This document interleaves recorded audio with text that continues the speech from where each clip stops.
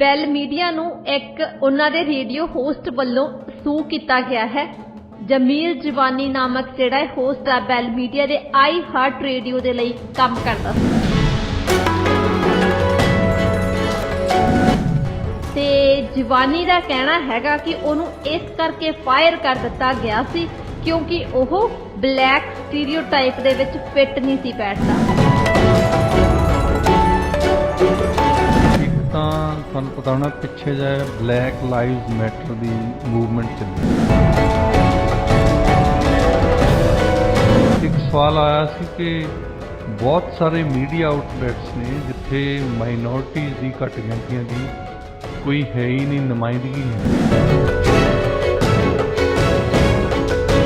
ਇੱਥੇ ਦੀਆਂ ਖਬਰਾਂ ਵਾਲਾ ਫੌਕਸ ਵਾਲਾ NBC ਵਾਲਾ ਹੀ ਜਾਂਦੇ ਆ, ਇਹ ਲੱਭਦੇ ਆ ਕਿ ਕੋਈ ਜਿਹੜਾ ਸਟੀਰੀਓਟਿਪੀਕਲ ਬੰਦਾ ਹੈ ਨਾ ਮਿਡਲ ਈਸਟ ਦਾ, ਹਾਂਜੀ, ਜਿਹੜਾ ਮੁਸਲਮਾਨ ਹੋਵੇ, ਜਿਹੜਾ ਕਿ ਇਹ ਹਰੇਕ ਸੈਂਟੈਂਸ ਦੇ ਵਿੱਚ ਇਹ ਕਵੇ ਕਿ ਡੈਥ ਟੂ ਅਮਰੀਕਾ। ਤੇ ਜੇ ਕੋਈ ਨੌਜਵਾਨ ਸਾਡਾ ਸਿੱਖ ਨੌਜਵਾਨ ਵਧੀਆ ਇੱਕ ਪੜ੍ਹਿਆ ਲਿਖਿਆ ਇਹ ਰੈਸ਼ਨਲ ਤਰੀਕੇ ਨਾਲ ਤਰਕ ਨਾਲ ਦਲੀਲ ਨਾਲ ਗੱਲ ਕਰਦਾ ਹੋਵੇ ਵੀ ਆਹ ਗੱਲ ਹੋ ਰਹੀ ਆ, ਇਹ ਮਸਲਾ ਇਦਾਂ ਸ਼ੁਰੂ ਹੋਇਆ ਸੀ, ਇੱਥੇ ਖਤਮ ਹੋਣਾ, ਕੋਈ ਵੱਡੀ ਗੱਲ ਨਹੀਂ।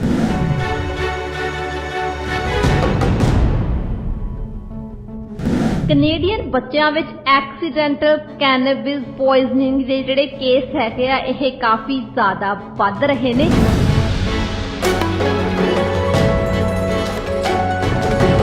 ਇੱਕ ਪਾਸੇ ਤਾਂ ਪਹਿਲਾਂ ਚਾਅ ਚੜ੍ਹਿਆ ਸੀ ਜਦੋਂ 2014 ਦੇ ਵਿੱਚ ਵਾਅਦਾ ਕੀਤਾ ਜਸਟਿਨ ਟਰੂਡੋ ਨੇ ਕਿ ਮੈਰਿਜੂਆਨਾ ਅਸੀਂ ਲੀਗਲ ਕਰ ਦੇਵਾਂਗੇ। ਹਾਂਜੀ,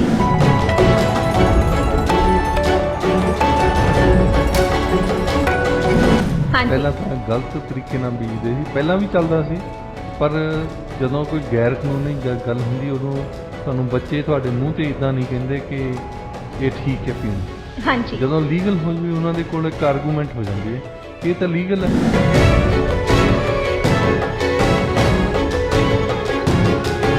ਹੁਣ ਇੱਕ ਬਹੁਤ ਹੀ ਜ਼ਿਆਦਾ ਦੁਖਦਾਇਕ ਜਿਹੜੀ ਕਹਿ ਲਓ ਕਿ ਘਟਨਾ ਵਾਪਰੀ ਹੈਗੀ ਆ। ਟਿਕਟੌਕ ਇਨਫਲੂਐਂਸਰ ਤੇ ਫਿਲਾਸਫੀ ਦੀ ਸਟੂਡੈਂਟ ਸੀ 21 ਸਾਲਾਂ ਦੀ ਤਾਨੀਆ ਪਾਰਡੇਜ਼ੀ। ਉਹ ਸਕਾਈ ਡਾਈਵਿੰਗ ਦੇ ਦੌਰਾਨ ਉਸ ਦੀ ਮੌਤ ਹੋ ਗਈ ਆ।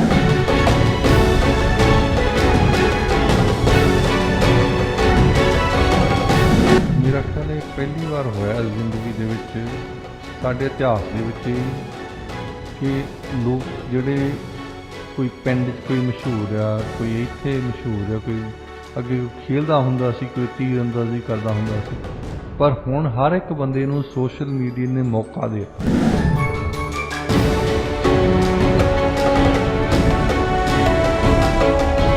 ਇਹ ਵੀ ਸ਼ਾਇਦ ਫਿਤਰਤ ਹੈ ਇਨਸਾਨੀਅਤ ਦੀ ਕਿ ਅਸੀਂ ਲੋਕਾਂ ਦੇ ਵਿੱਚ ਪਾਪੂਲਰ ਹੋਣਾ।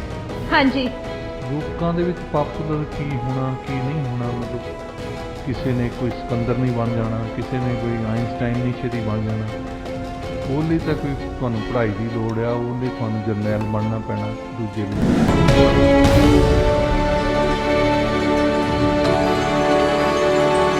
ਕਿ ਓਨਟਾਰੀਓ ਦੇ ਵਿੱਚ ਬਹੁਤ ਹੀ ਜ਼ਿਆਦਾ ਗਲਤ ਜਿਹੜੀਆਂ ਵਰਕਿੰਗ ਕੰਡੀਸ਼ਨਸ ਦੇ ਵਿੱਚ ਜਮੈਕਨ ਕਾਮਿਆਂ ਤੋਂ ਕੰਮ ਕਰਵਾਇਆ ਜਾਂਦਾ ਸੀ ਤੇ ਹੁਣ ਇਸ ਟੀਮ ਨੂੰ ਉਹਨਾਂ ਨੇ ਨਿਯੁਕਤ ਕੀਤਾ ਜਿਹਨੇ ਆ ਕੇ ਇਹ ਦੇਖਣਾ ਕਿ ਜਿਹੜੇ ਜਮੈਕਨ ਕਾਮੇ ਹੈਗੇ ਆ ਜਦੋਂ ਇੱਥੇ ਆ ਕੇ ਉਹ ਕੰਮ ਕਰਦੇ ਆ ਤੇ ਕੰਮ ਦੀਆਂ ਜਿਹੜੀਆਂ ਸਥਿਤੀਆਂ ਹੈਗੀਆਂ ਨੇ ਉਹ ਕਿਹੋ ਜਿਹੀਆਂ ਨੇ।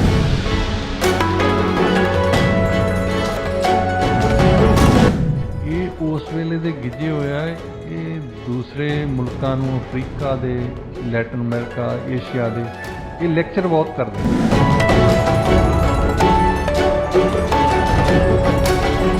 ਇਹ ਸਰਕਾਰਾਂ ਦਾ ਐਗਰੀਮੈਂਟ ਹੈ। ਸਰਕਾਰ ਨੇ ਕੈਨੇਡਾ ਦੀ ਨੇ ਦੱਸਿਆ ਕਿ ਸਾਨੂੰ ਟੈਂਪਰੇਰੀ ਵਰਕਰ ਭੇਜਣਾ। ਹਾਂਜੀ,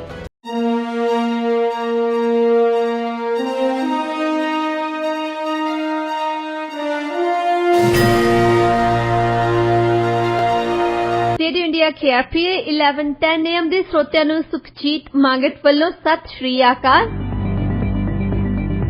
5 ਸਤੰਬਰ 2022 ਪ੍ਰੋਗਰਾਮ ਪੰਜਾਬੀ ਆਵਾਜ਼ 'ਚ ਤੁਹਾਡਾ ਸਵਾਗਤ ਹੈ। ਇਹ ਪ੍ਰੋਗਰਾਮ ਹਫ਼ਤੇ ਦੇ 5 ਦਿਨ ਤੁਹਾਡੇ ਲਈ ਪੇਸ਼ ਕੀਤਾ ਜਾਂਦਾ ਹੈ। ਦੁਨੀਆ ਭਰ 'ਚ ਸਾਡੇ ਪ੍ਰੋਗਰਾਮਸ ਤੁਸੀਂ ਸੁਣ ਸਕਦੇ ਹੋ radioindia.ca ਤੇ। US ਤੇ ਕੈਨੇਡਾ 'ਚ ਸਾਡੇ ਪ੍ਰੋਗਰਾਮ ਸੁਣੇ ਜਾ ਸਕਦੇ ਆ KRPA 1110 AM ਤੇ। स्टूडियो का नंबर है 6045929191 604-592-9191। स्वागत करते हैं डॉक्टर सिद्धर पुरेवाल जी का। डॉक्टर साहब प्रोग्राम च तुहाडा स्वागत है जी। Good morning. Good morning doctor साहब, गलबात का सिलसिला शुरू करते हैं। बैल मीडिया नूं एक उन्हां दे रेडियो होस्ट वल्लों सू किया गया है। जमील जवानी नामक जिहड़ा होस्ट आ बैल मीडिया दे आई हार्ट रेडियो दे लई काम करदा सी ते जवानी दा कहना हैगा कि ओनू इस करके फायर कर दिता गया सी क्योंकि ओह ब्लैक स्टीरियोटाइप दे विच फिट नहीं सी बैठदा ते ब्लैक कम्यूनिटी दा एक मैंबर होण वजों रेडियो चाहुंदा सी कि ओह सर्टन तरह दे जिहड़े लिबरल वर्ल्ड व्यू दा समर्थन करे। ਉਹ ਕਹਿੰਦਾ ਕਿ ਜਦੋਂ ਉਹਨੇ ਅਜਿਹਾ ਨਹੀਂ ਕੀਤਾ ਤਾਂ ਉਸ ਨੂੰ ਫਾਇਰ ਕਰ ਦਿੱਤਾ ਗਿਆ। ਕੀ ਕਹਿਣਾ ਚਾਹੋਗੇ? ਇਹਦੇ ਵਿੱਚ ਦੋ ਗੱਲਾਂ ਨੇ। ਇੱਕ ਤਾਂ ਤੁਹਾਨੂੰ ਪਤਾ ਹੋਣਾ ਪਿੱਛੇ ਜਾਏ ਬਲੈਕ ਲਾਈਵਜ਼ ਮੈਟਰ ਦੀ ਮੂਵਮੈਂਟ ਚੱਲੀ ਸੀ। ਹਾਂਜੀ। ਜਦੋਂ ਇੱਥੇ ਕਾਲੇ ਨੂੰ ਉਹਦੀ ਧੌਣ ਤੇ ਜਾਰਜ ਫਲੋਇਡ ਨੂੰ ਮਾਰਿਆ ਸੀ। ਹਾਂਜੀ। ਉਸ ਤੋਂ ਬਾਅਦ ਇੱਕ ਸਵਾਲ ਆਇਆ ਸੀ ਕਿ ਬਹੁਤ ਸਾਰੇ ਮੀਡੀਆ ਆਊਟਲੈਟਸ ਨੇ ਜਿੱਥੇ ਮਾਈਨੋਰਟੀਜ਼ ਦੀ ਘੱਟ ਗਿਣਤੀਆਂ ਦੀ ਕੋਈ ਹੈ ਹੀ ਨਹੀਂ, ਨੁਮਾਇੰਦਗੀ ਹੈ ਨਹੀਂ। ਹਾਂਜੀ। ਤੇ ਦੂਸਰਾ ਸਾਡੇ ਕੈਨੇਡਾ 'ਚ ਖਾਸ ਤੌਰ ਤੇ ਜਦੋਂ ਇਹ ਰੈਜ਼ੀਡੈਂਸ਼ੀਅਲ ਸਕੂਲਸ ਦਾ ਮਾਮਲਾ ਆਇਆ ਉਦੋਂ ਫਿਰ ਫਰਸਟ ਨੇਸ਼ਨਸ ਦਾ ਰੌਲਾ ਪਿਆ ਕਿ ਇਹਨਾਂ ਦੇ ਫਰਸਟ ਨੇਸ਼ਨਸ ਦੇ ਬੰਦੇ ਹੈ ਹੀ ਨਹੀਂ। ਹਾਂਜੀ। ਕਿਤੇ ਮਤਲਬ ਪੋਜੀਸ਼ਨ ਜਿਹੜੀਆਂ ਹੋਣੀਆਂ ਚਾਹੀਦੀਆਂ ਜਿੱਥੇ ਫੈਸਲਾ ਕਰ ਸਕਣ ਉੱਥੇ ਬੈਠੇ ਨਹੀਂ। ਉਸ ਤੋਂ ਬਾਅਦ ਇਹਨਾਂ ਨੇ ਫਿਰ ਜੌਬਸ ਥੋੜੀਆਂ ਕ੍ਰੀਏਟ ਕੀਤੀਆਂ ਤਾਂ ਕਿ ਇੱਕ ਜਾਂ ਦੋ ਬੰਦੇ ਹਾਇਰ ਕਰ ਲੈ ਜਾਣ ਉਹਨਾਂ ਕਮਿਊਨਿਟੀਜ਼ ਚੋਂ। ਇਹਨਾਂ ਨੂੰ ਫਿਰ ਹੀਟ ਪਈ ਨਾ, ਫਿਰ ਜਵਾਬ ਵੀ ਦੇਣਾ ਪੈਂਦਾ ਹੁੰਦਾ। ਹਾਂਜੀ। ਉਸ ਮੁੱਦੇ ਤੇ ਇਹਨਾਂ ਨੇ ਥੋੜੇ ਬਹੁਤੇ ਬੰਦੇ ਹਾਇਰ ਕੀਤੇ। ਅੱਛਾ, ਫਿਰ ਕੀ ਕਰਦੇ ਆ ਕਿ ਜਦੋਂ ਕਿਸੇ ਬੰਦੇ ਨੂੰ ਹਾਇਰ ਕੀਤੇ, ਇਹਦੇ ਵਿੱਚ ਹੁਣ ਬਲੈਕ ਕਮਿਊਨਿਟੀ ਦੀ ਗੱਲ ਕਰ ਲੈਂਦੇ ਪਹਿਲਾਂ। ਇਹਦੇ ਜਿਹੜੇ ਇੱਕ ਡੋਮੀਨੈਂਟ ਕਮਿਊਨਿਟੀ ਆ ਸਾਡੇ ਐਂਗਲੋ ਸੈਕਸ਼ਨ ਦੀ, ਉਹਨਾਂ ਨੇ ਇੱਕ ਸਟੀਰੀਓਟਿਪੀਕਲ ਵਿਊ ਬਣਾਈ ਆ ਵੀ ਬਲੈਕ ਕੈਨੇਡੀਅਨ ਜਾਂ ਬਲੈਕ ਅਮਰੀਕਨ ਇਦਾਂ ਦੇ ਹੁੰਦੇ ਆ। ਹਾਂਜੀ। ਉਹ ਬਲੈਕ ਅਮਰੀਕਨ ਕਿੱਦਾਂ ਦੇ ਹੁੰਦੇ ਆ?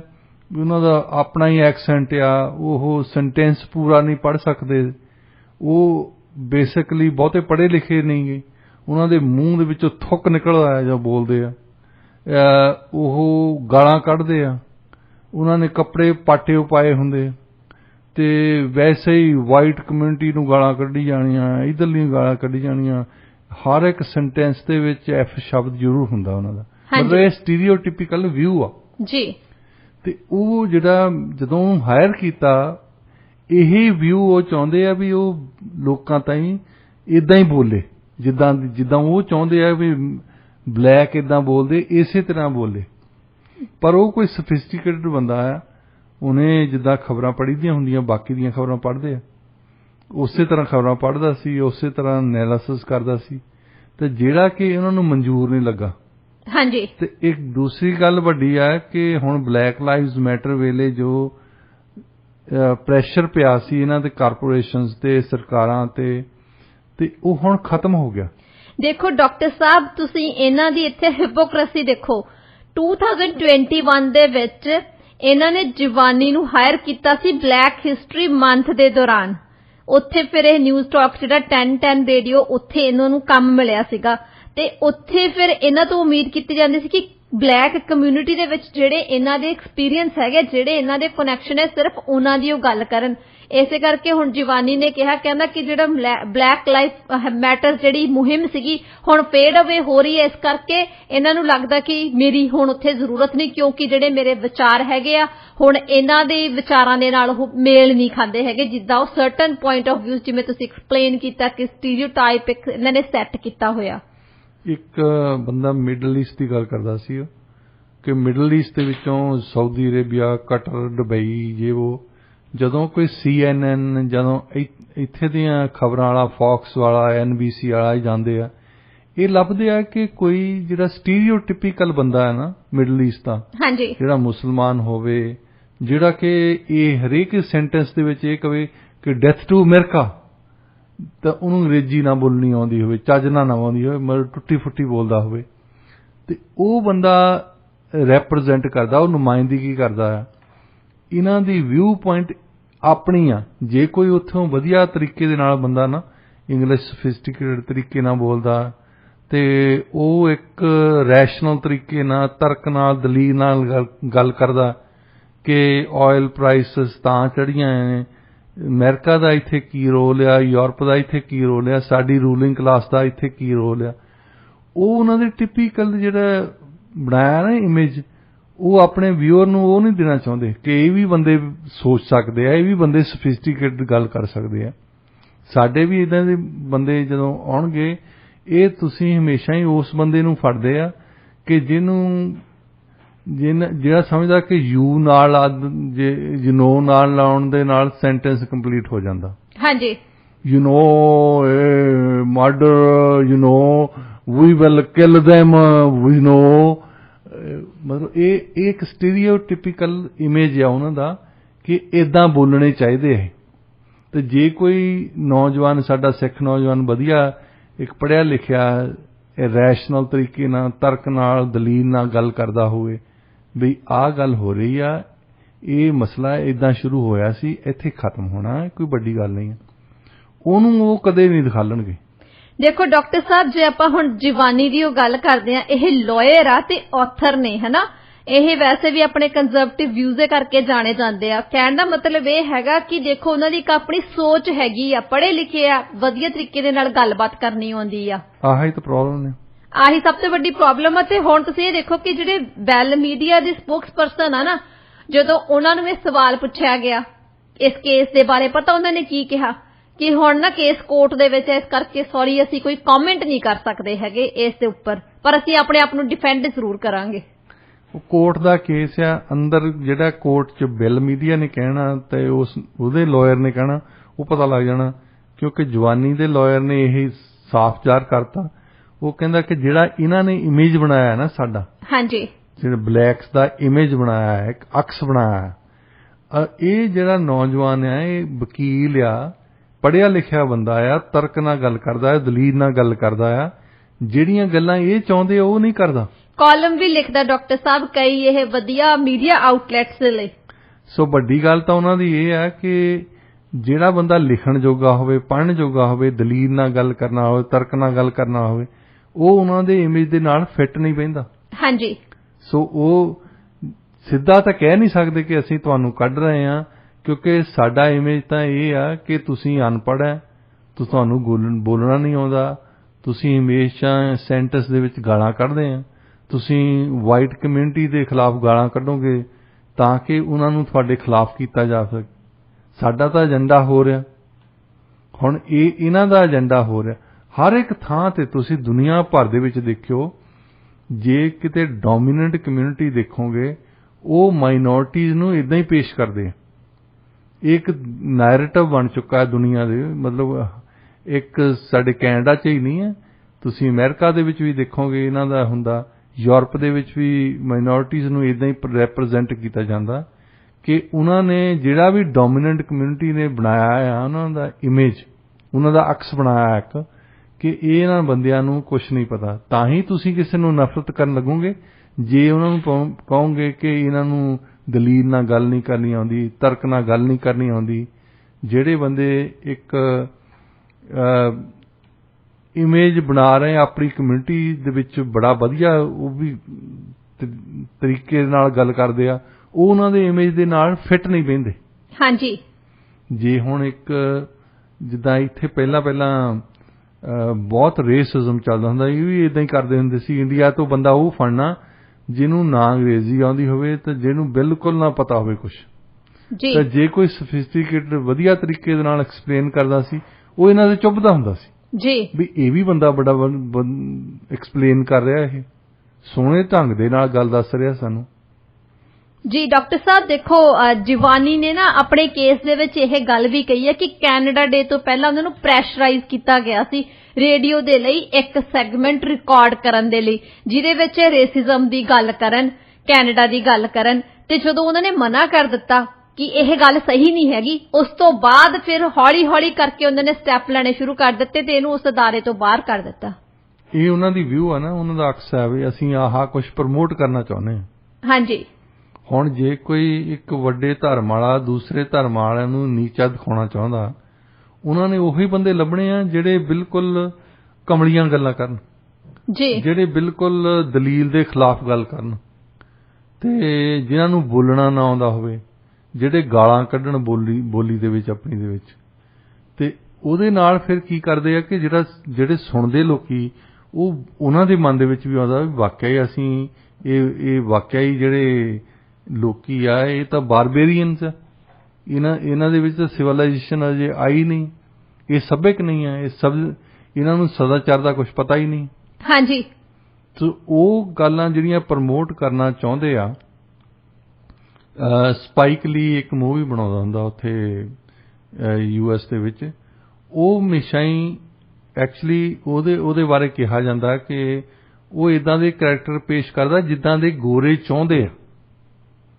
ਉਹ ਗਾਲਾਂ ਕੱਢਣਗੇ, ਮੂੰਹ ਦੇ ਵਿੱਚੋਂ ਉਹਨਾਂ ਦੇ ਥੁੱਕ ਨਿਕਲਦਾ ਹੋਊਗਾ, ਉਹਨਾਂ ਦੇ ਫਟੇ ਕੱਪੜੇ ਪਾਏ ਹੋਣਗੇ, ਗੋਰਿਆਂ ਨੂੰ ਗਾਲਾਂ ਕੱਢਣਗੇ। ਸੋ ਇਹ ਜਿਹੜਾ ਇਮੇਜ ਅਕਸ ਉਹਨਾਂ ਦੇ ਮਨ ਦੇ ਵਿੱਚ ਆ, ਉਹ ਪੇਸ਼ ਕਰਦਾ ਹੁੰਦਾ ਆਪਣੇ ਆਪ ਨੂੰ। ਉਹਨਾਂ ਨੇ ਜਿੱਦਾਂ ਜਿਹੜਾ ਸ਼ਬਦ ਮਨਾ ਕੀਤਾ ਆ ਉਹ ਸ਼ਬਦ ਯੂਜ਼ ਕਰਨਗੇ। ਕਾਲਿਆਂ ਨੂੰ ਇਦਾਂ ਡਿਸਕ੍ਰਾਈਬ ਕਰਨਾ ਆ ਜਿਸ ਤਰ੍ਹਾਂ ਕਿ ਇੱਕ ਨਸਲੀ ਗੋਰਾ ਸੋਚਦਾ ਉਹਨਾਂ ਦੇ ਬਾਰੇ। ਹਾਂਜੀ। ਸੋ ਇਹ ਗੱਲ, ਦੋ ਗੱਲਾਂ ਵੱਡੀਆਂ ਆ ਰਹੀਆਂ ਸਾਹਮਣੇ ਕਿ ਇਹ ਜਦੋਂ ਹੀਟ ਲੱਗਦੀ ਹੈ ਨਾ ਇਹਨਾਂ ਨੂੰ, ਉਦੋਂ ਤਾਂ ਕਹਿੰਦੇ ਆ ਕਿ ਕੋਈ ਗੱਲ ਨਹੀਂ, ਇਹਨਾਂ ਦੀ ਨੁਮਾਇੰਦਗੀ ਅਸੀਂ ਵਧਾ ਦਿੰਦੇ ਹਾਂ। ਇਹ ਜਵਾਬ ਦਿੰਦੇ ਹੁੰਦੇ ਖਾਸ ਤੌਰ 'ਤੇ ਇਲੈਕਸ਼ਨ ਵੇਲੇ।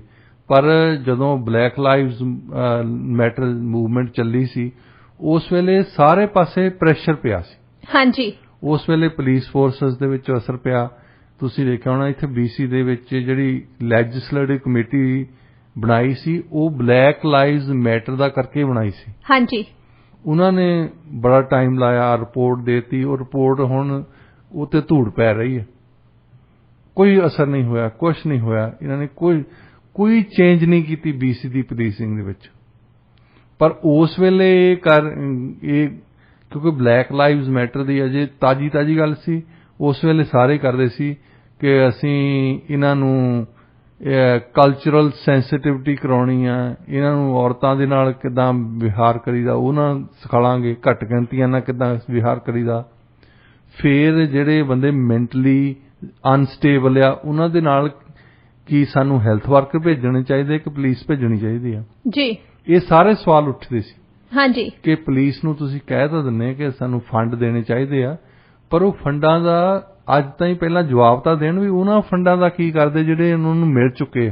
ਹਾਂਜੀ, ਉਹ ਪਹਿਲਾਂ ਉਹ ਸਵਾਲ ਆ ਜਿੱਦਾਂ ਪਿੱਛੇ ਜਾਏ ਇੱਕ ਮੇਅਰ ਦੇ ਕੈਂਡੀਡੇਟ ਨੇ ਕਿਹਾ ਸੀ ਕਿ 300 ਪੁਲਿਸ ਆਫੀਸਰ ਇੱਥੇ ਹੋਰ ਹਾਇਰ ਕਰਾਂਗੇ। ਹਾਂਜੀ, ਉਹਨੂੰ ਪੁੱਛੇ ਪਹਿਲਾਂ ਵਾਲੇ ਦੱਸੋ ਵੀ ਪਹਿਲਾਂ ਕਿੰਨੇ ਆ, ਉਹ ਕੀ ਕਰਦੇ ਆ, ਉਹਨਾਂ ਦੇ 100% ਜਾਂ 100 ਘੰਟਾ ਉਹ ਆਪਣੇ ਕੰਮ ਤੇ ਬਿਤਾਉਂਦੇ ਆ, ਇਹਦੇ ਵਿੱਚੋਂ ਕਿੰਨੇ ਘੰਟੇ ਜਿਹੜੇ ਕ੍ਰਾਈਮ ਨੂੰ ਫਾਈਟ ਕਰਦੇ ਆ। ਹਾਂਜੀ, ਤਾਂ ਉਹਨਾਂ ਦੇ ਹਿਸਾਬ ਨਾਲ ਦੱਸਿਓ ਵੀ ਸਾਨੂੰ ਜੇ 100 ਦੇ ਵਿੱਚੋਂ 23 ਘੰਟੇ ਕ੍ਰਾਈਮ ਨੂੰ ਫਾਈਟ ਕਰਦੇ ਆ, 77 ਪੇਪਰ ਵਰਕ ਤੇ ਲੱਗੇ ਆ ਜਾਂ ਹੋਰ ਕੰਮਾਂ ਤੇ ਲੱਗੇ ਆ, ਹਾਂਜੀ, ਤਾਂ ਤੁਹਾਨੂੰ ਮਾਡਲਿੰਗ ਚੇਂਜ ਨਹੀਂ ਕਰਨੀ ਚਾਹੀਦੀ। ਜੀ ਬਿਲਕੁਲ, ਕਿਉਂਕਿ 77% ਤਾਂ ਕ੍ਰਾਈਮ ਫਾਈਟਿੰਗ ਹੋਣਾ ਚਾਹੀਦਾ। ਹਾਂਜੀ, ਹੋ ਸਕਦਾ ਥੋੜਾ ਜਿਹਾ ਪੇਪਰ ਵਰਕ ਲਈ ਵੀ ਹੋਵੇ, ਹੋਰ ਕੰਮਾਂ ਲਈ ਵੀ ਹੋਵੇ, ਹਾਂਜੀ, ਪਰ ਜ਼ਿਆਦਾ ਟਾਈਮ ਤਾਂ ਇਹ ਕ੍ਰਾਈਮ ਫਾਈਟਿੰਗ ਲਈ ਚਾਹੀਦਾ ਨਾ ਜੀ। ਤੇ ਇਹ ਜਿਹੜੀ ਤੁਸੀਂ ਕਹਿਤਾ ਕਿ 300 ਹੋਰ ਬੰਦੇ ਦੇਵਾਂਗੇ, ਇਹਦਾ ਮਤਲਬ ਕੀ ਆ? ਜੀ ਕੁਛ ਨਹੀਂ ਆ। ਉਹ ਬਲੈਕ ਲਾਈਵਜ਼ ਮੈਟਰ ਵੇਲੇ ਇੱਕ ਮੂਵਮੈਂਟ ਉੱਠੀ ਸੀ ਕਿ ਡੀਫੰਡ ਦੀ ਪੁਲਿਸ। ਹਾਂਜੀ, ਕਿ ਜਿਹੜੀਆਂ ਪੁਲਿਸ ਫੋਰਸਸ ਆ ਉਹ ਜ਼ਿਆਦਾ ਵਧਾਈ ਜਾਂਦੇ ਆ, ਉਹਨਾਂ ਨੂੰ ਪੈਸੇ ਹੋਰ ਦੇ ਜਾਂਦੇ ਆ, ਪਰ ਨਤੀਜਾ ਉਹਦਾ ਕੀ ਨਿਕਲਿਆ? ਜੀ ਕ੍ਰਾਈਮ ਵੀ ਵਧੀ ਜਾਂਦਾ ਹੈ, ਕ੍ਰਾਈਮ ਜਿਹੜਾ ਘੱਟ ਗਿਣਤੀਆਂ ਦੇ ਖਿਲਾਫ ਵੀ ਵਧੀ ਜਾਂਦਾ ਹੈ। ਹਾਂਜੀ, ਤੇ ਕਰਦੇ ਕੀ ਹੈ ਇਹ ਵੈਸੇ? ਜੀ ਬਿਲਕੁਲ ਡਾਕਟਰ ਸਾਹਿਬ, ਦੇਖੋ ਇਸ ਬਾਰੇ ਚ ਤਾਂ ਸਾਰੇ ਚੁੱਪਾ, ਨਾ ਤਾਂ ਕੋਈ ਸਵਾਲ ਪੁੱਛਦਾ, ਤੇ ਵੈਸੇ ਵੀ ਜੇ ਇਹਨਾਂ ਨੂੰ ਕਿ ਪੁੱਛੇ ਤਾਂ ਇਹਨੇ ਦੱਸਣਾ ਤਾਂ ਹੈ ਨਹੀਂ, ਕੋਈ ਵੀ ਡਿਟੇਲਸ ਨਹੀਂ ਹੁੰਦੀਆਂ। ਜਦੋਂ ਕੋਈ ਪਾਰਟਿਕੂਲਰ ਇਨਸੀਡੈਂਟ ਹੋ ਜਾਂਦੀ ਆ ਉਸ ਵਕਤ ਉਹਦੇ ਤੇ ਗੱਲਬਾਤ ਵੀ ਬਹੁਤ ਹੁੰਦੀ ਆ, ਉਹਦੇ ਤੇ ਐਡਵਾਈਜ਼ਰੀ ਕਮੇਟੀਜ਼ ਵੀ ਬਿਠਾਈਆਂ ਜਾਂਦੀਆਂ ਨੇ, ਰਿਵਿਊ ਕਹਿੰਦੇ ਨੇ ਅਸੀਂ ਕਰਕੇ ਦੱਸਾਂਗੇ। ਥੋੜੇ ਦਿਨਾਂ ਬਾਅਦ ਜਦੋਂ ਮਾਮਲਾ ਠੰਡਾ ਪੈ ਜਾਂਦਾ ਉਸ ਤੋਂ ਬਾਅਦ ਲੋਕ ਵੀ ਭੁੱਲਣਾ ਸ਼ੁਰੂ ਹੋ ਜਾਂਦੇ ਆ, ਉਸ ਤੋਂ ਬਾਅਦ ਫਿਰ ਕੋਈ ਵੀ ਗੱਲਬਾਤ ਨਹੀਂ ਹੁੰਦੀ ਹੈਗੀ, ਜਿਹੜੀ ਕਿ ਬਹੁਤ ਹੀ ਜ਼ਿਆਦਾ ਕਹਿ ਲਓ ਕਿ ਡਿਸਅਪੁਆਇੰਟਿੰਗ ਹੈਗੀ ਆ, ਜਿਵੇਂ ਕਿ ਹੁਣ ਇਸ ਜਰਨਲਿਸਟ ਦੇ ਨਾਲ ਵੀ ਹੋਇਆ। ਡਾਕਟਰ ਸਾਹਿਬ, ਇੱਕ ਬਹੁਤ ਹੀ ਮੰਦਭਾਗੀ ਖਬਰ ਹੈਗੀ ਆ, ਐਕਸਪਰਟਸ ਨੇ ਵੀ ਕਾਫੀ ਜ਼ਿਆਦਾ ਚਿੰਤਾ ਜ਼ਾਹਰ ਕੀਤੀ ਆ। ਕੈਨੇਡੀਅਨ ਬੱਚਿਆਂ ਵਿੱਚ ਐਕਸੀਡੈਂਟਲ ਕੈਨੇਬਿਸ ਪੋਇਜ਼ਨਿੰਗ ਦੇ ਜਿਹੜੇ ਕੇਸ ਹੈਗੇ ਆ ਇਹ ਕਾਫੀ ਜ਼ਿਆਦਾ ਵੱਧ ਰਹੇ ਨੇ। ਸਭ ਤੋਂ ਪਹਿਲਾਂ ਤਾਂ ਆਪਣੇ ਸਰੋਤਿਆਂ ਨੂੰ ਤੁਸੀਂ ਇਹ ਦੱਸੋ ਕਿ ਜਦੋਂ ਇਹ ਟਰਮ ਯੂਜ਼ ਕਰਦੇ ਆ ਐਕਸੀਡੈਂਟਲ ਕੈਨੇਬਿਸ ਤਾਂ ਇਹਦਾ ਮਤਲਬ ਕੀ ਆ? ਦੇਖੋ, ਇਹ ਸ਼ੁਰੂ ਹੋਈ ਹੈ ਖਾਸ ਤੌਰ ਤੇ ਜਦੋਂ ਇੱਕ ਪਾਸੇ ਤਾਂ ਪਹਿਲਾਂ ਚਾਅ ਚੜਿਆ ਸੀ ਜਦੋਂ 2014 ਦੇ ਵਿੱਚ ਵਾਅਦਾ ਕੀਤਾ ਜਸਟਿਨ ਟਰੂਡੋ ਨੇ ਕਿ ਮੈਰਿਜੁਆਨਾ ਅਸੀਂ ਲੀਗਲ ਕਰ ਦੇਵਾਂਗੇ। ਹਾਂਜੀ। ਉਸ ਤੋਂ ਬਾਅਦ ਟੈਂਡਰ ਲਏ ਗਏ ਕਿ ਵੱਖ-ਵੱਖ ਕੰਪਨੀਆਂ ਬਣਾਈਆਂ ਲੋਕਾਂ ਨੇ, ਹੁਣ ਲੀਗਲੀ ਬੀਜਦੇ ਆ। ਪਹਿਲਾਂ ਤਾਂ ਗਲਤ ਤਰੀਕੇ ਨਾਲ ਬੀਜਦੇ ਸੀ, ਪਹਿਲਾਂ ਵੀ ਚੱਲਦਾ ਸੀ, ਪਰ ਜਦੋਂ ਕੋਈ ਗੈਰ ਕਾਨੂੰਨੀ ਗੱਲ ਹੁੰਦੀ ਉਦੋਂ ਤੁਹਾਨੂੰ ਬੱਚੇ ਤੁਹਾਡੇ ਮੂੰਹ ਤੇ ਇਦਾਂ ਨਹੀਂ ਕਹਿੰਦੇ ਕਿ ਇਹ ਠੀਕ ਹੈ ਪੀਣੀ। ਹਾਂਜੀ। ਜਦੋਂ ਲੀਗਲ ਹੋ ਜਾਵੇ ਉਹਨਾਂ ਦੇ ਕੋਲ ਇੱਕ ਆਰਗੂਮੈਂਟ ਹੋ ਜਾਂਦੀ ਹੈ ਕਿ ਇਹ ਤਾਂ ਲੀਗਲ ਹੈ ਜੀ, ਇਹਨੂੰ ਤਾਂ ਸਰਕਾਰ ਵੀ ਮਾਨਤਾ ਦਿੰਦੀ ਹੈ। ਹੁਣ ਪਿੱਛੇ ਜਿਹੇ ਪਹਿਲੀ ਖਬਰ ਆਈ ਜਿਹੜੀ ਆ ਉਹ ਵੀ ਇਹਦੇ ਖਿਲਾਫ ਹੀ ਆਈ, ਹੈਲਥ ਕੈਨੇਡਾ ਦੀ ਆ। ਉਹਨਾਂ ਨੇ ਇਹ ਕਿਹਾ ਸੀ ਕਿ ਜਦੋਂ ਦਾ ਅਸੀਂ ਮੈਰਿਜੁਆਨਾ ਲੀਗਲਾਈਜ਼ ਕੀਤਾ, ਕੈਨਬਸ ਲੀਗਲਾਈਜੇਸ਼ਨ ਹੋਈ ਆ, ਉਸ ਦਿਨ ਤੋਂ ਇਹਦੀ ਜਿਹੜੀ ਮਿਕਦਾਰ ਆ ਵੱਧਦੀ ਜਾ ਰਹੀ ਹੈ, ਲੋਕੀ ਜ਼ਿਆਦਾ ਖਾ ਰਹੇ ਆ। ਹਾਂਜੀ, ਉਹਨਾਂ ਨੂੰ ਜ਼ਿਆਦਾ ਐਡਿਕਸ਼ਨ ਹੋ ਰਹੀ ਆ। ਫਿਰ ਜਿਹੜੇ ਐਕਸਪਰਟਸ ਆ ਉਹ ਕਹਿੰਦੇ ਸਾਨੂੰ ਦੱਸਦੇ ਆ ਕਿ ਇਹ ਇੱਕ ਐਂਟਰੀ ਡਰੱਗ ਹੈ। ਹਾਂਜੀ। ਜਦੋਂ ਤੁਸੀਂ ਗੇਟ ਦੇ ਅੰਦਰ ਵੜਨਾ ਹੈ ਨਾ, ਸਭ ਤੋਂ ਪਹਿਲਾਂ ਇਹ ਸ਼ੁਰੂ ਕਰਦੇ ਆ ਮੈਰਿਜੁਆਨਾ, ਫਿਰ ਹੌਲੀ ਹੌਲੀ ਸਾਰੀਆਂ ਜਿੰਨੀਆਂ ਵੀ ਖਤਰਨਾਕ ਡਰੱਗਸ ਖਾਣੀਆਂ ਉਹ ਇਸਤੇਮਾਲ ਕਰਦੇ ਆ। ਅਖੀਰ ਤੇ ਜੇ ਕੋਈ ਬਿਲਕੁਲ ਹੀ ਅਖੀਰ ਚੱਲ ਜਾਂਦਾ ਤਾਂ ਫੈਂਟਲਨ ਹੈਗੀ ਆ ਜਿਹੜੀ ਕਿ ਆਮ ਹੈਰੋਇਨ ਤੋਂ ਕਈ ਮਤਲਬ ਤਕਰੀਬਨ ਜਿਹੜੀ ਚੰਗੀ ਫੈਂਟਲਨ ਹੈ ਉਹ ਤਾਂ 100 ਗੁਣਾ ਜ਼ਿਆਦਾ ਖਤਰਨਾਕ ਹੈ। ਹਾਂਜੀ। ਇੰਨੀ ਜ਼ਿਆਦਾ ਚੜ੍ਹਦੀ ਹੈ, ਉਹਦੇ ਨਾਲ ਹੀ ਮੌਤਾਂ ਹੁੰਦੀਆਂ। ਹਾਂਜੀ। ਹੁਣ ਇੱਕ ਬੱਚਿਆਂ ਦੇ ਵਿੱਚ ਰੁਝਾਨ ਜਿਹੜਾ ਆਇਆ ਪਿੱਛੇ ਜਿਹਾ ਵੀਕਐਂਡ ਤੇ ਇੱਕ ਬੱਚਾ ਤਕਰੀਬਨ ਮਰਨੇ ਲੱਗਾ ਸੀ ਉੱਥੇ ਕਲੋਨੇ। ਹੁਣ ਅੱਜ ਸਵੇਰੇ ਖਬਰ ਸੀ ਕਿ ਉਹ ਸਟੇਬਲ ਹੋ ਗਿਆ, 1 ਸਾਲ ਦਾ ਬੱਚਾ ਸੀ। ਹੁਣ ਬੱਚੇ ਕੀ ਕਰਦੇ, ਇਹ ਕੈਨਬਸ ਜਿਹੜੀਆਂ ਕੰਪਨੀਆਂ ਲੀਗਲਾਈਜ਼ ਹੋਈਆਂ ਇਹ ਕੱਲੀ ਇਹ ਹੀ ਨਹੀਂ ਕਿ ਜਿੱਦਾਂ ਪੁਰਾਣੇ ਤਰੀਕੇ ਦੇ ਨਾਲ ਇੱਕ ਸਮੋਕਿੰਗ ਕਰਦੇ ਸੀ ਜਾਂ ਉਹਨੂੰ ਘੋਟ ਕੇ ਪੀਂਦੇ ਸੀ, ਹੁਣ ਬਣਾਉਣ ਲੱਗ ਪਈਆਂ ਕੈਨਬਸ ਦੇ ਵਿੱਚ ਵੱਖਰੀਆਂ you name it they have it. Chocolate ਦੇ ਵਿੱਚ ਆ, ਕੁੱਕੀਜ਼ ਬਣਾਉਂਦੇ ਆ, ਗਮੀਜ਼ ਬਣਾਉਂਦੇ ਆ, ਇਹ ਜਿੰਨੀਆਂ ਵੀ ਚੀਜ਼ਾਂ ਬੱਚੇ ਖਾਣ ਵਾਲੇ ਆ। ਡਾਕਟਰ ਸਾਹਿਬ, ਇਹ ਵੈਸੇ ਵੀ ਡਿਫਰੈਂਟ ਫਲੇਵਰਸ ਦੇ ਵਿੱਚ ਤੇ ਡਿਫਰੈਂਟ ਪੈਕੇਜਿੰਗ ਦੇ ਵਿੱਚ ਆਉਂਦੀਆਂ ਨੇ, ਬੱਚੇ ਨਾ ਦੇਖ ਕੇ ਅਟਰੈਕਟ ਹੋ ਜਾਂਦੇ ਆ। ਪਹਿਲਾਂ ਤਾਂ ਉਹਨਾਂ ਦੀ ਜਿਹੜੀ ਪੈਕੇਜਿੰਗ ਹੈਗੀ ਆ ਤੇ ਦੂਸਰਾ ਉਹਨਾਂ ਨੂੰ ਇਹ ਨਹੀਂ ਪਤਾ ਹੁੰਦਾ ਵੀ ਇਹ ਉਹਨਾਂ ਦੇ ਲਈ ਸਹੀ ਆ ਜਾਂ ਫਿਰ ਉਹਨਾਂ ਦੇ ਲਈ ਸਹੀ ਨਹੀਂ ਹੈਗੀ। ਜੇ ਘਰ ਦੇ ਵਿੱਚ ਚੀਜ਼ ਪਈ ਹੋਈ, ਕੁੱਕੀਜ਼ ਪਈਆਂ ਹੁੰਦੀਆਂ, ਬੱਚੇ ਉੱਠ ਕੇ ਖਾਣ ਦੀ ਕੋਸ਼ਿਸ਼ ਤਾਂ ਕਰਦੇ ਆ। ਕਮ ਸੇ ਕਮ ਜਿਹੜੇ ਪੇਰੈਂਟਸ ਜੇ ਖਾਂਦੇ, ਪੇਰੈਂਟਸ ਦਾ ਕਰਕੇ ਹੀ ਆ ਬੱਚੇ ਖਾਂਦੇ, ਉਹਨਾਂ ਦੇ ਘਰ 'ਚ ਲਿਆਂਦੀਆਂ ਹੋਣੀਆਂ ਤਾਂ ਹੀ ਖਾਂਦੇ। ਹਾਂਜੀ। ਸੋ ਘਰ ਦੇ ਵਿੱਚ ਜੇ ਲਿਆਉਂਦੇ ਆ ਤਾਂ ਉਹਨੂੰ ਸੇਫ ਰੱਖਿਆ ਜਾਵੇ। ਪਰ ਬੱਚੇ ਵੀ ਇਹ ਵੀ ਆਦਤ ਹੈ ਬੱਚਿਆਂ ਦੀ ਕਿ ਉਹ ਹਰ ਇੱਕ ਖੂੰਜਾ ਫਰੋਲਦੇ ਆ ਤਾਂ ਕਿ ਉਹਨਾਂ ਨੂੰ ਚਾਕਲੇਟ ਲੱਭ ਪਵੇ, ਤਾਂ ਕਿ ਉਹਨਾਂ ਨੂੰ ਗਮ ਲੱਭ ਪੈਣ, ਉਹਨਾਂ ਨੂੰ ਗਮੀਜ਼ ਲੱਭ ਪੈਣ, ਉਹਨਾਂ ਨੂੰ ਬਿਸਕਟ ਲੱਭ ਪੈਣ ਜੀ। ਜਦੋਂ ਉਹਨਾਂ ਦੇ ਹੱਥ ਆ ਜਾਂਦੇ ਆ, ਹੁਣ ਐਕਸੀਡੈਂਟਲ ਜਿਹਨੂੰ ਕਹਿੰਦੇ ਆ, ਇਹ ਐਕਸੀਡੈਂਟਲ ਨਹੀਂ ਹੈ, ਇਹਦਾ ਮਤਲਬ ਪੇਰੈਂਟਸ ਤਾਂ ਜ਼ਿੰਮੇਵਾਰ ਹੈ ਨਾ। ਹਾਂਜੀ। ਜਾਂ ਕੋਈ ਵੀ ਅਡਲਟ ਜਿਹੜਾ ਉੱਥੇ ਘਰ ਦੇ ਵਿੱਚ ਲਿਆ ਕੇ ਕੈਨਬਸ ਦੇ ਪ੍ਰੋਡਕਟ ਰੱਖ ਰਿਹਾ।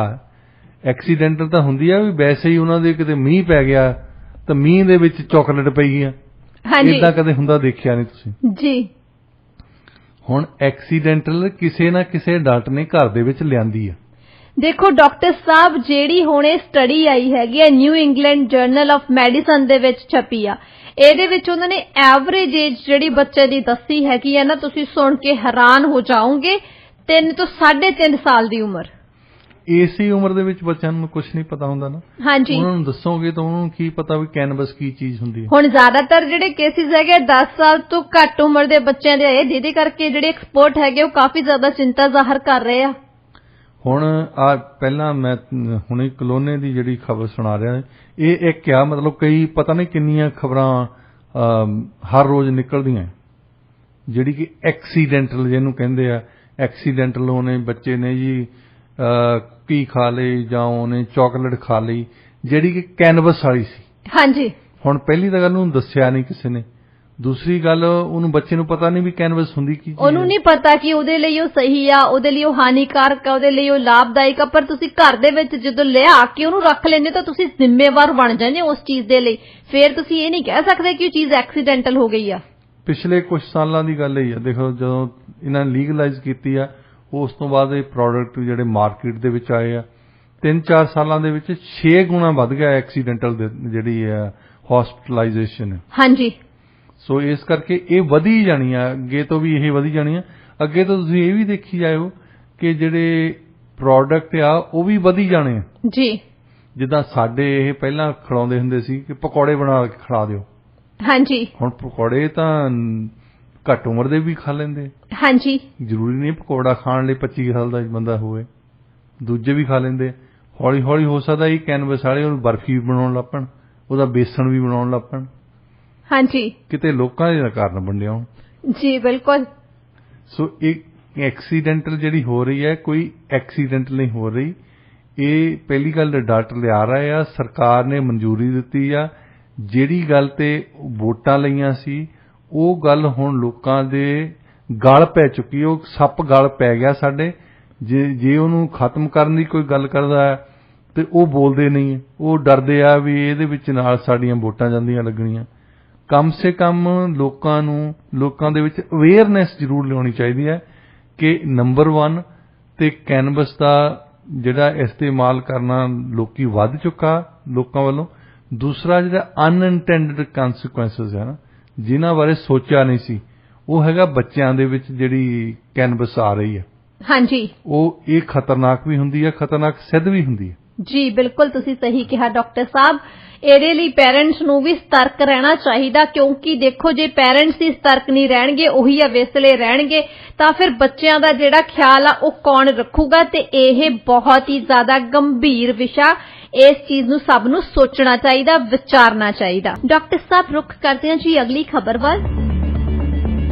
ਡਾਕਟਰ ਸਾਹਿਬ, ਸੋਸ਼ਲ ਮੀਡੀਆ ਤੇ ਫੇਮਸ ਹੋਣ ਦੇ ਲਈ ਕਈ ਤਰ੍ਹਾਂ ਦੇ ਲੋਕ ਜਿਹੜੇ ਹੈਗੇ ਆ ਐਕਟੀਵਿਟੀਜ਼ ਕਈ ਤਰ੍ਹਾਂ ਦੀਆਂ ਕਰਦੇ ਆ, ਖਾਸ ਕਰਕੇ ਜਿਹੜੇ ਯੰਗਸਟਰਸ ਹੁੰਦੇ ਆ ਉਹਨਾਂ ਦੇ ਵਿੱਚ ਨਾ ਇੱਕ ਖਾਸ ਕਿਸਮ ਦੀ ਦੌੜ ਜੀ ਲੱਗੀ ਹੁੰਦੀ ਆ ਕਿ ਮੈਂ ਸਾਰੀ ਦੁਨੀਆ ਤੋਂ ਅਲੱਗ ਕੁਝ ਕਰਕੇ ਉੱਥੇ ਪਾਉਣਾ, ਮੈਨੂੰ ਮੈਕਸਿਮਮ ਲਾਈਕਸ ਮਿਲਣ, ਸ਼ੇਅਰ ਮਿਲਣ।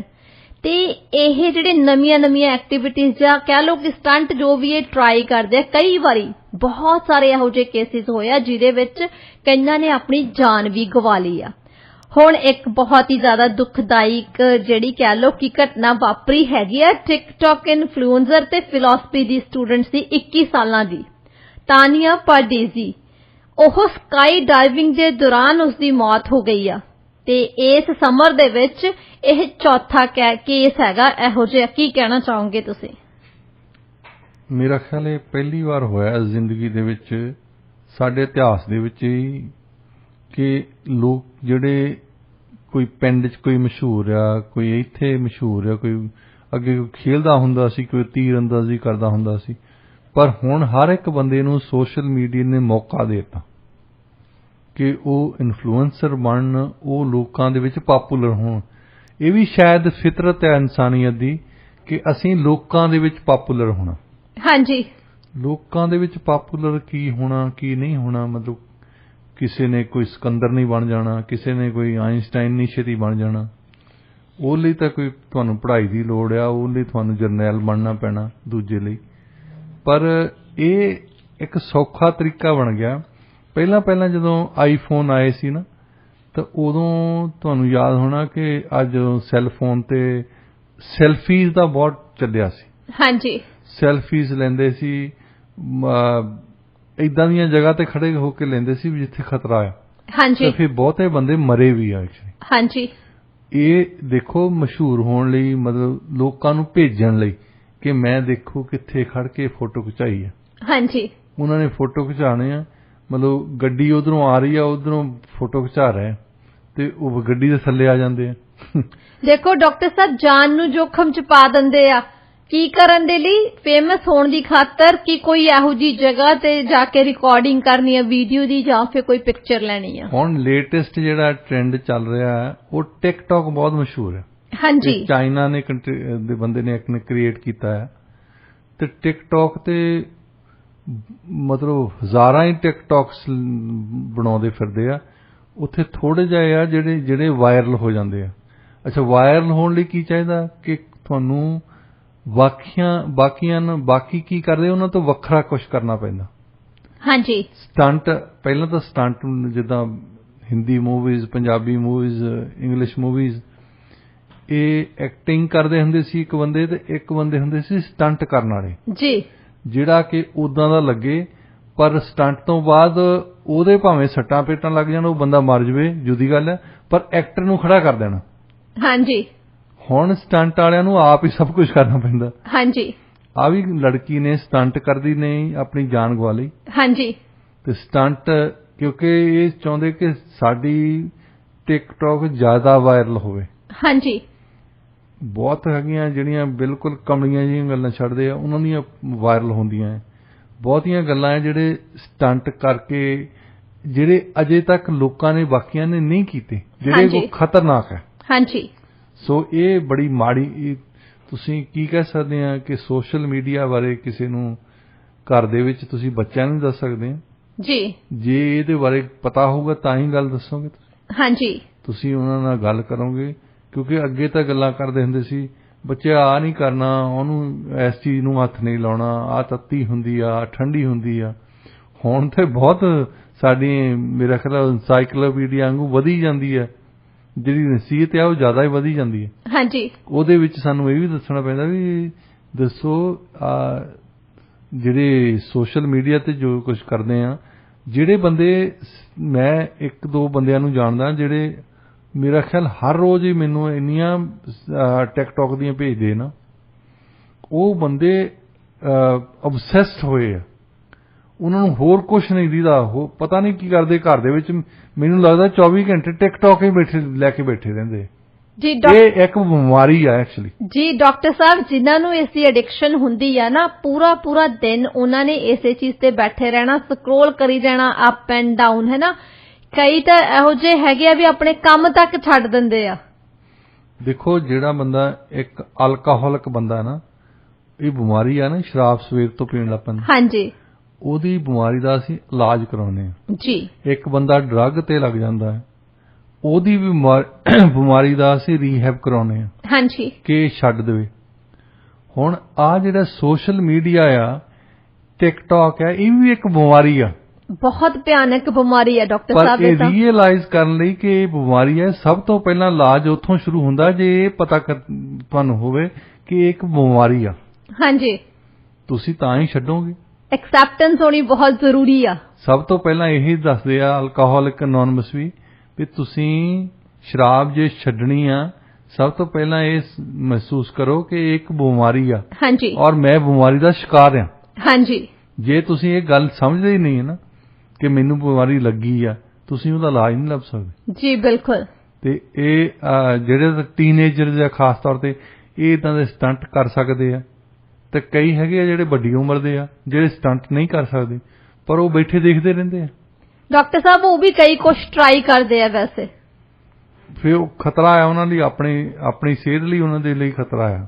ਹਾਂਜੀ ਤੇ ਇਹ ਮੇਰਾ ਖਿਆਲ ਇੱਕ ਟ੍ਰੈਂਡ ਹੀ ਹੁੰਦਾ ਥੋੜੇ ਸਾਲ ਇਹ ਵੀ ਖਤਮ ਹੋ ਜਾਣਾ। ਇਹ ਕਦੇ 4-5 ਸਾਲ ਆਹ ਚੀਜ਼ ਆ ਗਈ ਕਦੇ 4-5 ਸਾਲ ਉਹ ਚੀਜ਼ ਆ ਗਈ ਇਹ ਹਮੇਸ਼ਾ ਹੀ ਰਹਿੰਦੀਆਂ। ਹਾਂਜੀ ਇਹ ਤੋਂ ਬਾਅਦ ਕੋਈ ਹੋਰ ਖਤਰਨਾਕ ਚੀਜ਼ ਆਏਗੀ ਜੀ। ਬਿਲਕੁਲ ਤੁਸੀਂ ਸਹੀ ਕਿਹਾ ਡਾਕਟਰ ਸਾਹਿਬ। ਅਖੀਰ ਦੇ ਵਿੱਚ ਅਸੀਂ ਤਾਂ ਇਹੀ ਕਹਾਂਗੇ ਕਿ ਜੇ ਜਾਨ ਆ ਤਾਂ ਜਹਾਨ ਹੈਗਾ ਜੀ। ਇਸ ਕਰਕੇ ਖਤਰਨਾਕ ਸਟੰਟ ਪਰਫਾਰਮ ਨਹੀਂ ਕਰਨੇ ਚਾਹੀਦੇ ਹੈਗੇ। ਆਪਣੇ ਕੁਝ ਲਾਈਕਸ ਲੈਣ ਦੇ ਲਈ ਆਪਣੀ ਜਾਨ ਦਾ ਤੁਹਾਨੂੰ ਖਿਆਲ ਰੱਖਣਾ ਚਾਹੀਦਾ ਕਿਉਂਕਿ ਤੁਸੀਂ ਜੇ ਤੁਹਾਡੀ ਜਾਨ ਹੈ ਚਲੇਗੀ ਉਸ ਤੋਂ ਬਾਅਦ ਤੁਹਾਡੀਆਂ ਜਿਹੜੀਆਂ ਲਾਈਕਸ ਹੈਗੀਆਂ ਉਹ ਕੀ ਕਰਨਗੀਆਂ। ਡਾਕਟਰ ਸਾਹਿਬ ਰੁੱਖ ਕਰਦੇ ਆ ਹੁਣ ਅਗਲੀ ਖਬਰ ਵੱਲ।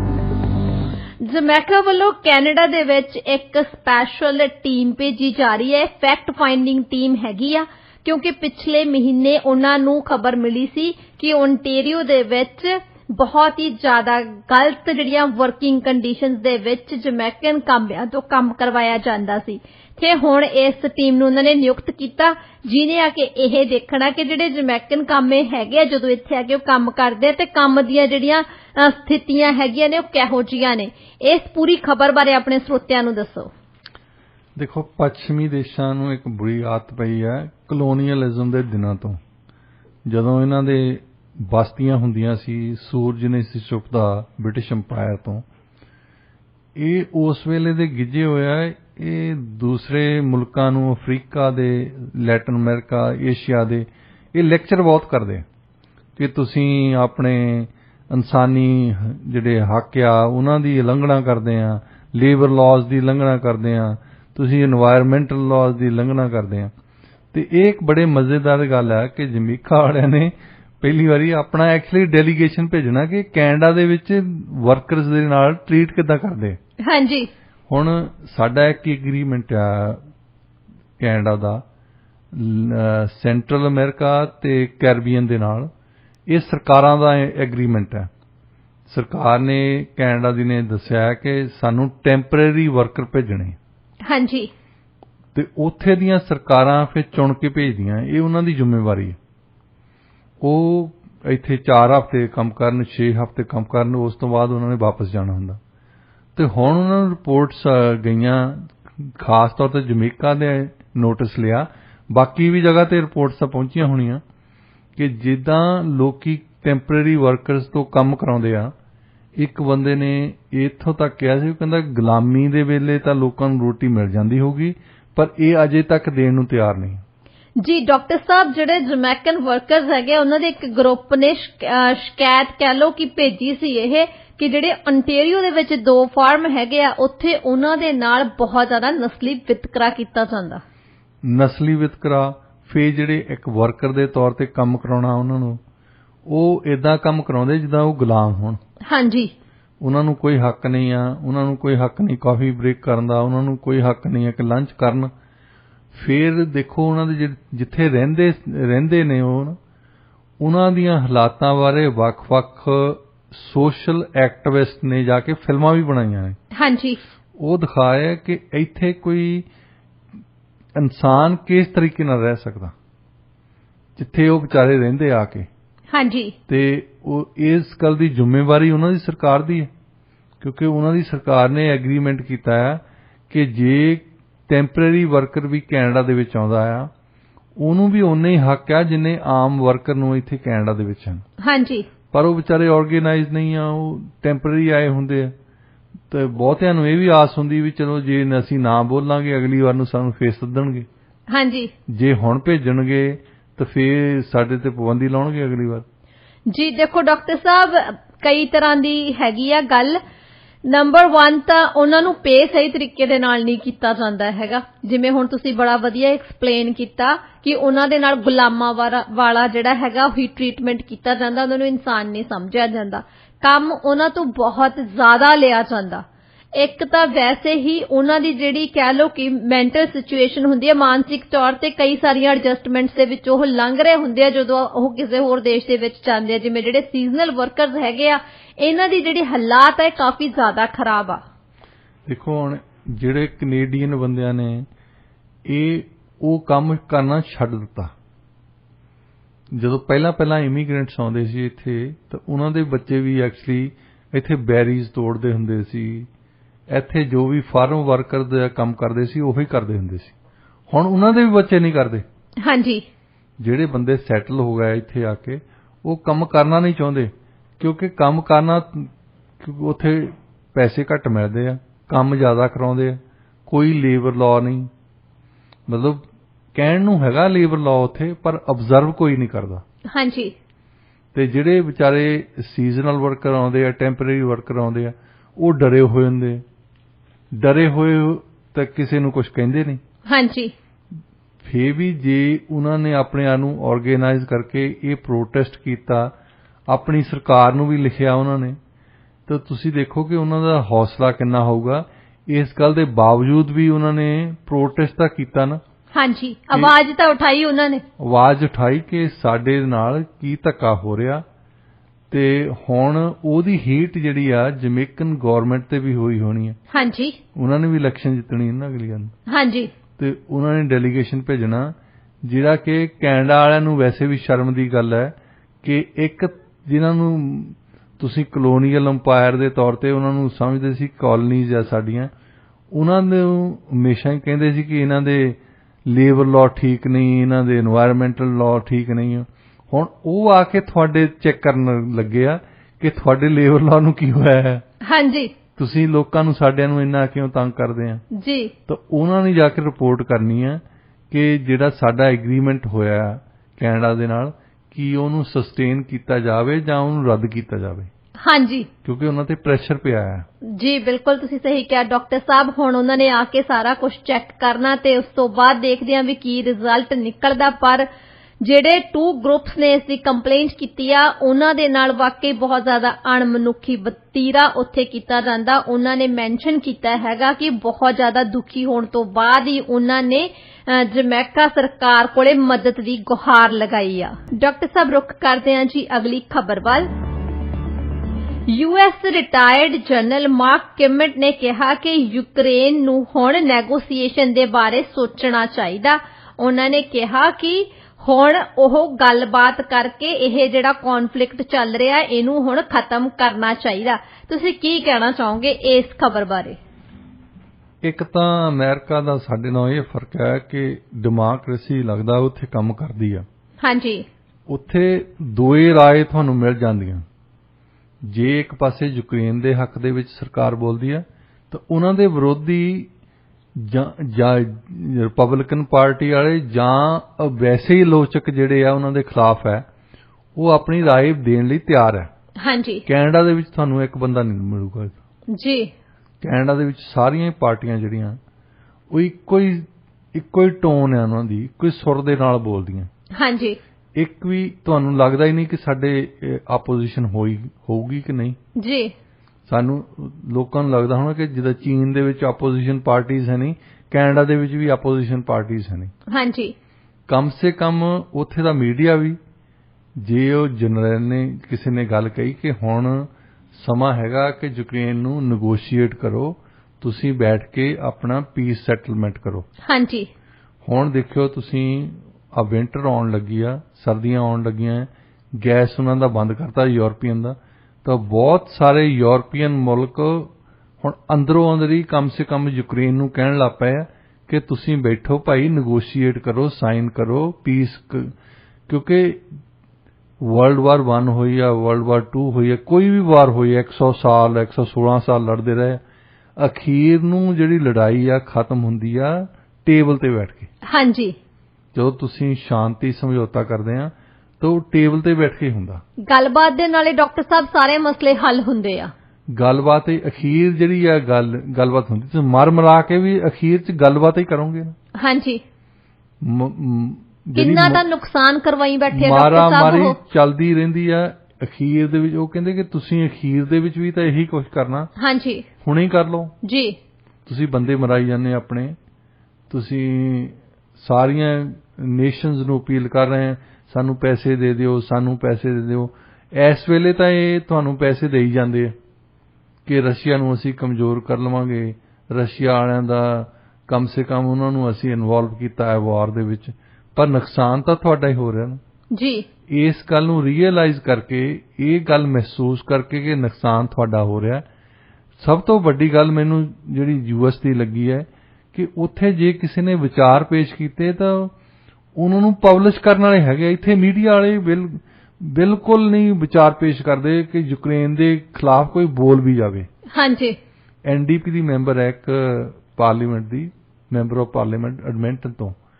ਅੱਛਾ, ਉਹਦੀ ਆਵਾਜ਼ ਜਿਹੜੀ ਜੇ ਲਿਬਰਲ ਹੈ ਨਾ 2 ਰਤੀਆਂ ਆ, ਉਹ 3 ਰਤੀਆਂ ਆ, ਕਿਉਂਕਿ ਉਹਦੀ ਰਾਈਡਿੰਗ ਦੇ ਵਿੱਚ ਯੂਕਰੇਨੀਅਨ ਬਹੁਤ ਰਹਿੰਦੇ। ਇੱਕ MP ਦੇ ਰਾਈਡਿੰਗ ਦੇ ਵਿੱਚ ਯੂਕਰੇਨੀਅਨ ਪਾਪੂਲੇਸ਼ਨ ਰਹਿੰਦੀ ਹੋਵੇ ਤਾਂ ਉਹ ਜੇ ਲਿਬਰਲ ਪਾਰਟੀ 2 ਗੱਲਾਂ ਕਰਦੀ ਆ ਲੜਾਈ ਦੀਆਂ ਨਾ, ਉਹ 4 ਕਰਦੀ ਹੁੰਦੀ ਹਮੇਸ਼ਾ ਜੀ। ਇਸੇ ਕਰਕੇ ਮੁੜ ਕੇ ਜਿੱਤਣ ਵੀ ਆਉਣਾ ਹੈ। ਹੋਰ ਬਾਕੀ ਦੀਆਂ ਪਾਰਟੀਆਂ ਆ, ਬਲਾਕ ਵਾਲਿਆਂ ਦਾ ਕੋਈ ਕੰਸਰਨ ਨਹੀਂ ਹੈ, ਪਰ ਕਦੇ ਵੀ ਉਹਨਾਂ ਨੇ ਕੋਈ ਗੱਲ ਕੀਤੀ ਨਹੀਂ, ਨਾ ਹੀ ਸਾਡੇ ਜਰਨੈਲਾਂ ਨੇ ਕਦੇ ਕੀਤੀ ਹੈ। ਜੇ ਇੱਕ ਬੰਦਾ ਆਇਆ ਸੀ, ਉਹ ਵਾਲੀ ਆਇਆ ਸੀ, ਉਹ ਲੜਨ ਗਿਆ ਸੀ ਯੂਕਰੇਨ ਦੇ ਵਿੱਚ, ਹਾਂਜੀ, ਵਲੰਟੀਅਰ ਤੌਰ ਤੇ ਲੜਨ ਗਿਆ ਸੀ ਉਹਨਾਂ ਦੇ ਯੂਕਰੇਨ ਦੇ ਨਾਲ ਜੀ। ਉਹਨੇ ਆ ਕੇ ਜ਼ਰੂਰ ਕਿਹਾ ਕਿ ਉਹ ਬੰਦੇ ਕਰਪਟ ਆ, ਹਾਂਜੀ, ਉਹਨਾਂ ਦੇ ਕਮਾਂਡਰਾਂ ਨੂੰ ਕੁਝ ਨਹੀਂ ਪਤਾ, ਕਹਿੰਦਾ ਬਲੀ ਦੇ ਬੱਕਰੇ ਬਣਾ ਕੇ ਸਾਨੂੰ ਭੇਜ ਦਿੱਤਾ ਉੱਥੇ ਤੇ ਅਸੀਂ ਮੁੜ ਆਏ ਹਾਂ। ਉਹਨੇ ਜ਼ਰੂਰ ਪ੍ਰੈਸ ਕਾਨਫਰੰਸ ਕਰਕੇ ਸਾਰੇ ਖੁਲਾਸੇ ਕੀਤੇ ਸੀ। ਉਹਦੀ ਵੀ ਦੇਖੋ ਪ੍ਰੈਸ ਕਾਨਫਰੰਸ ਦੇ ਵਿੱਚ ਬਿਲਕੁਲ ਲਿਮਟਿਡ, ਹਾਂਜੀ, ਬਿਲਕੁਲ ਲਿਮਟਿਡ ਲੋਕਾਂ ਨੇ ਉਹਦੀ ਵਿਊਜ਼ ਦਿੱਤੀਆਂ। ਆਪਣਾ ਬਲੌਗ ਹੈਗਾ ਉਹਦਾ, ਜੇ ਤੁਸੀਂ ਪੜ੍ਹਦੇ ਆ ਤਾਂ। ਹਾਂਜੀ, ਉਹਦਾ ਬਲੌਗ ਥੋੜੇ ਬਹੁਤੇ ਬੰਦੇ ਪੜ੍ਹਦੇ ਹੋਣੇ ਆ ਤੇ ਉਹਦੇ ਵਿੱਚ ਉਹ ਵਿਚਾਰ ਪੇਸ਼ ਕਰ ਦਿੰਦਾ। ਹਾਂਜੀ, ਅਦਰਵਾਈਜ਼ ਕੋਈ ਆਪੋਜੀਸ਼ਨ ਨਹੀਂ। ਹਾਂਜੀ, ਇਦਾਂ ਲੱਗਦਾ ਵੀ ਇਹ ਬਿਲਕੁਲ ਨਾਰਥ ਕੋਰੀਆ ਆ, ਜਿੱਥੇ ਕੋਈ ਵਿਚਾਰ ਦੂਜਾ ਨਹੀਂ ਦੇ ਸਕਦਾ।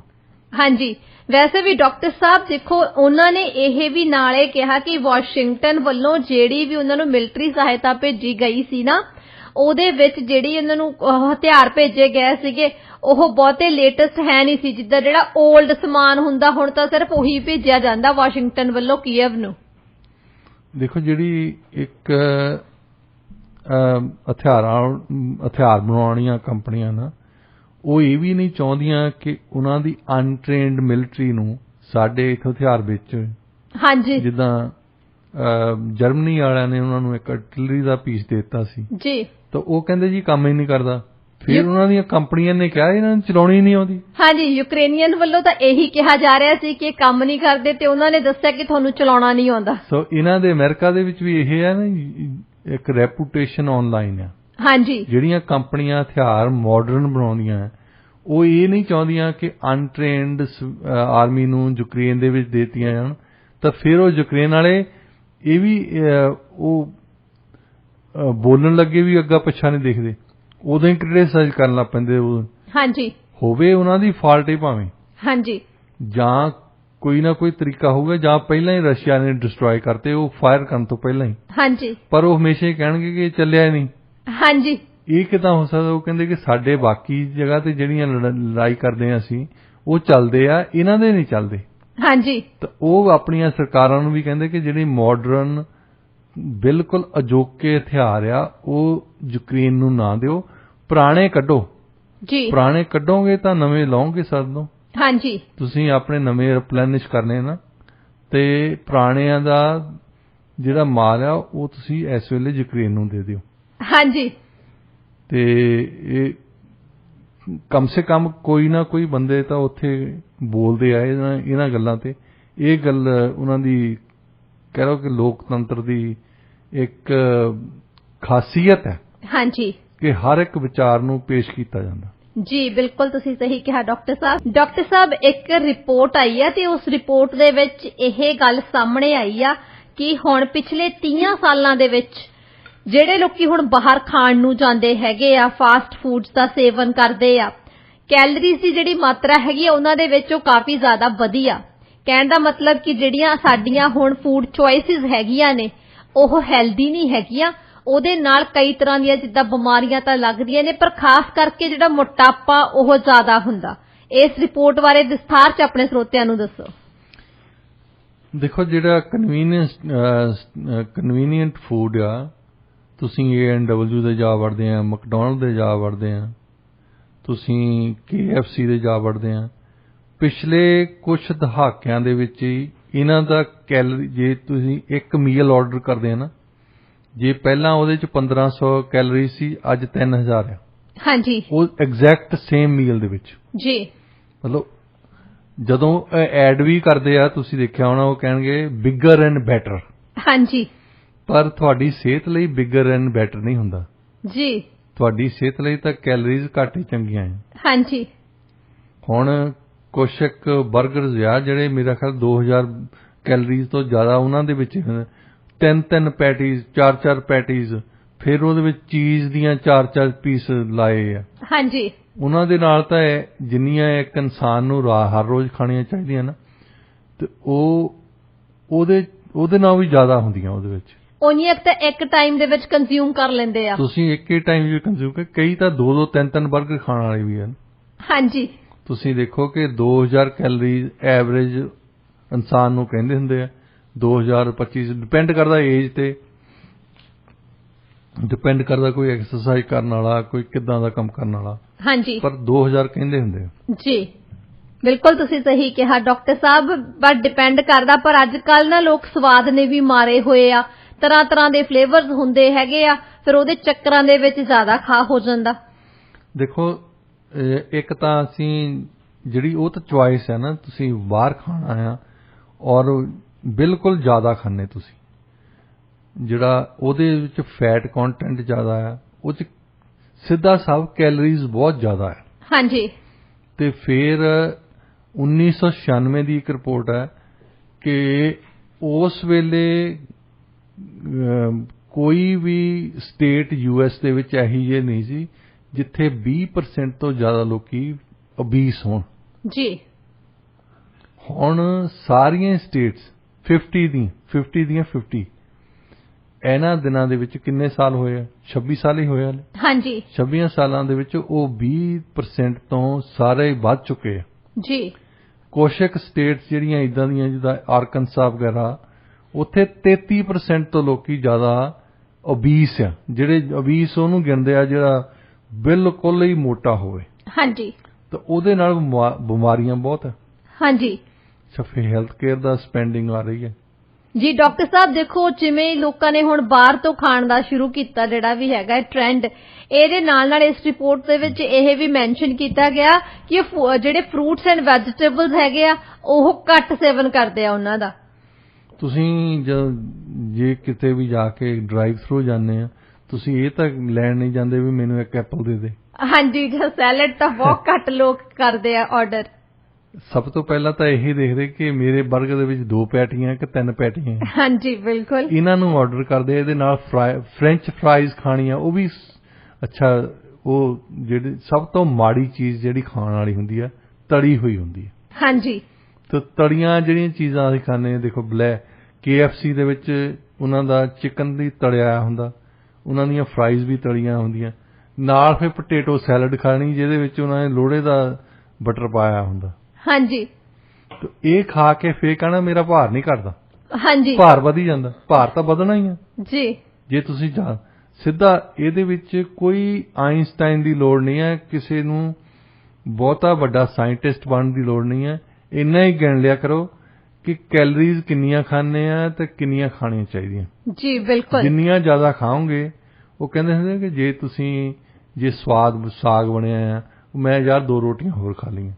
ਸਵਾਦ ਚ ਢਿੱਡ ਤਾਂ ਭਰ ਗਿਆ ਸੀ। ਸਵਾਦ ਤਾਂ ਉਹਨਾਂ ਚ ਵੈਸੇ ਆਉਂਦਾ ਹੁੰਦਾ ਜਦੋਂ ਤੁਸੀਂ ਪਹਿਲੀ ਰੋਟੀ ਖਾਂਦੇ ਆ। ਹਾਂਜੀ, ਫਿਰ ਤਾਂ ਢਿੱਡ ਭਰਨ ਵਾਲੀ ਗੱਲ ਹੁੰਦੀ ਆ, ਉਹ ਸਵਾਦ ਨਹੀਂ ਹੁੰਦੀ। ਜੀ, ਫਿਰ ਉਹ ਕਹਿੰਦੇ ਹੁੰਦੇ ਆ ਵੀ ਜਿਹੜੀਆਂ ਕਟੋਰੀਆਂ ਘਰ ਦੇ ਵਿੱਚ ਤੁਸੀਂ ਲਿਆਂਦੀਆਂ ਨਾ, ਉਹ ਓਡੀਆਂ ਕੇ ਰੱਖੋ ਜਿੰਨੀਆਂ ਜਿਹਦੇ ਵਿੱਚ ਕੈਲਰੀਜ਼ ਘੱਟ ਆਉਣ। ਹਾਂਜੀ, ਤੁਸੀਂ ਵੱਡੀ ਕਟੋਰੀ ਦੇ ਵਿੱਚ ਸਬਜ਼ੀ ਦਾਲ ਪਾ ਰਹੇ ਆ, ਮੀਟ ਪਾ ਰਹੇ ਆ, ਤੇ ਉਹਦੇ ਨਾਲ ਕੈਲਰੀਜ਼ ਜ਼ਿਆਦਾ ਆਉਣੀਆਂ। ਜੀ, ਤੁਸੀਂ ਜੇ 4 ਰੋਟੀਆਂ ਖਾਣੇ 3 ਖਾ ਲਓ, 3 ਖਾਣੇ 2 ਖਾ ਲਓ, 2 ਖਾਣੇ 1 ਖਾ ਲਓ।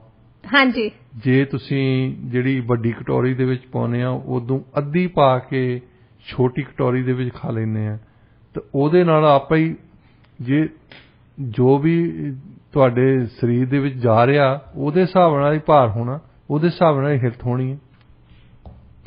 ਜੀ ਡਾਕਟਰ ਸਾਹਿਬ, ਤੁਸੀਂ ਬਿਲਕੁਲ ਸਹੀ ਕਿਹਾ ਕਿ ਦੇਖੋ ਜਿਹੜੀ ਆਪਣੀ ਹੁਣ ਸਿਹਤ ਹੈਗੀ, ਇਹਦਾ ਖਿਆਲ ਸਾਨੂੰ ਆਪ ਹੀ ਰੱਖਣਾ ਪੈਣਾ।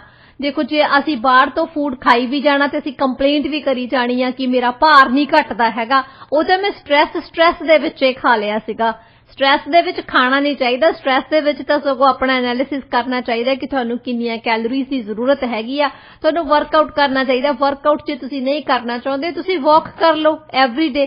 ਕਈ ਲੋਕ ਹੈਗੇ ਡਾਕਟਰ ਸਾਹਿਬ, ਉਹਨਾਂ ਦੀ ਕੋਈ ਵੀ ਫਿਜ਼ੀਕਲ ਐਕਟੀਵਿਟੀ ਨਹੀਂ ਹੁੰਦੀ ਪੂਰੇ ਦਿਨ ਦੇ ਵਿੱਚ, ਤੇ ਉਸ ਤੋਂ ਬਾਅਦ ਸਭ ਤੋਂ ਜ਼ਿਆਦਾ ਕੰਪਲੇਂਟਸ ਵੀ ਉਹੀ ਕਰਦੇ ਆ। ਈਵਨ ਤੁਸੀਂ ਇਹ ਦੇਖੋ, ਜੇ ਕਿਸੇ ਨੇ ਫਰਸਟ ਫਲੋਰ ਤੇ ਜਾਣਾ ਹੁੰਦਾ ਨਾ, ਜਿਹੜੇ ਲੋਕੀ ਸਟੇਅਰਸ ਤੋਂ ਆ ਸਕਦੇ, ਚਲੋ ਕਿਸੇ ਦੀ ਮੈਡੀਕਲ ਕੰਡੀਸ਼ਨ ਹੋਵੇ, ਡਿਫਰੈਂਟ ਸਟੋਰੀ ਆ।